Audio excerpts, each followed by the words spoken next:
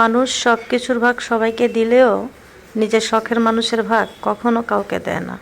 একজন পুরুষ কখনো কোটি টাকা দিলেও তার শখের নারীকে কখনো অন্য কারো হাতে তুলে দিবে না যদি সে প্রকৃত ভালোবাসে।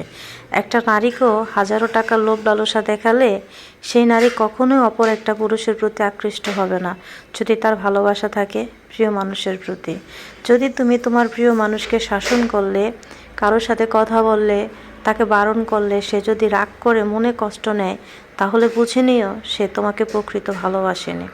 কারণ মনের মানুষ শাসন করবে, রাগ করবে, এটাই স্বাভাবিক, কারণ সে তাকে ভালোবাসে। কারণ ভালোবাসা কখনো জোর করে হয় না, সেটা আমি জানি।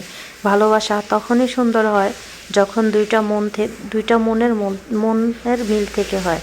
তুমি যখন কাউকে খুব বেশি ভালোবাসবে, সে তোমাকে পাত্তা দিবে না, গুরুত্ব দিবে না, সে যার সাথে ইচ্ছা তার সাথে কথা বলবে, তুমি কিছু বললে তার খারাপ লাগবে, বা তুমি তাকে শাসন করতেছো সে কেন অন্য কারোর সাথে কথা বলবে, তোমার কষ্ট হয়, তাকে বারণ করতেছো, তুমি কান্না করতেছো, তাতে তার কোনো কিছু যায় আসে না। বরং ফেক আইডি দিয়া, ফেক ফোন নাম্বার দিয়া সে অন্য কারোর সাথে কথা বলে, বা অন্য কোনো মেয়েকে ইমপ্রেস করার চেষ্টা করে, বা অন্য কোনো ছেলের সাথে সে সময় দেওয়ার চেষ্টা করে, তাহলে বুঝে নিও সে তোমাকে ভালোবাসেনি।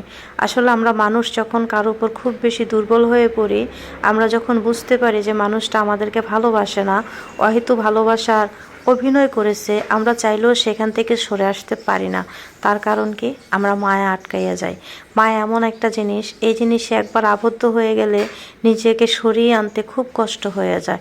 আসলে আমরা মানুষ হিসাবে আমাদের এটা করা উচিত, যে আমাদেরকে পাত্তা দেয় না, যে আমাদেরকে মূল্যায়ন করে না, আমরা তার কাছে যাওয়াটাই আমাদের উচিত না, বা তার সাথে সম্পর্ক করাটাই আমাদের উচিত না।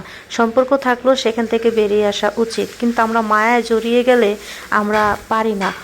অহেতু আপনিও আমাকে বলবেন যে তোমাকে পাত্তা দেয় না, তুমি কেন তার পিছনে ঘুরবে? কিন্তু এমন একটা সময় যখন চলে আসবে, আপনি যার পিছনে ঘুরবেন সে আপনাকে পাত্তা না দিলেও আপনি তার কাছে থাকতে ভালোবাসবেন।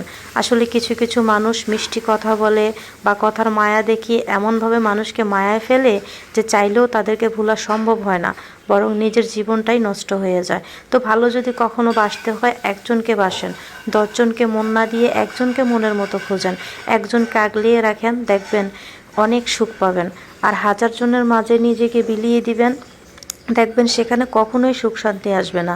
সেই ছেলে সেই মেয়ে কখনোই সুখী হতে পারে না যারা একজন নয় 10 জনের মন নিয়ে খেলা করে বা 1000 জনকে বাছাই করে। নির্দিষ্টভাবে একজনকে বেছে নেবেন, সে যেমনই হোক না কেন তাকে সুন্দর করে সাজাবেন, আপনার জীবনও সুন্দর হবে।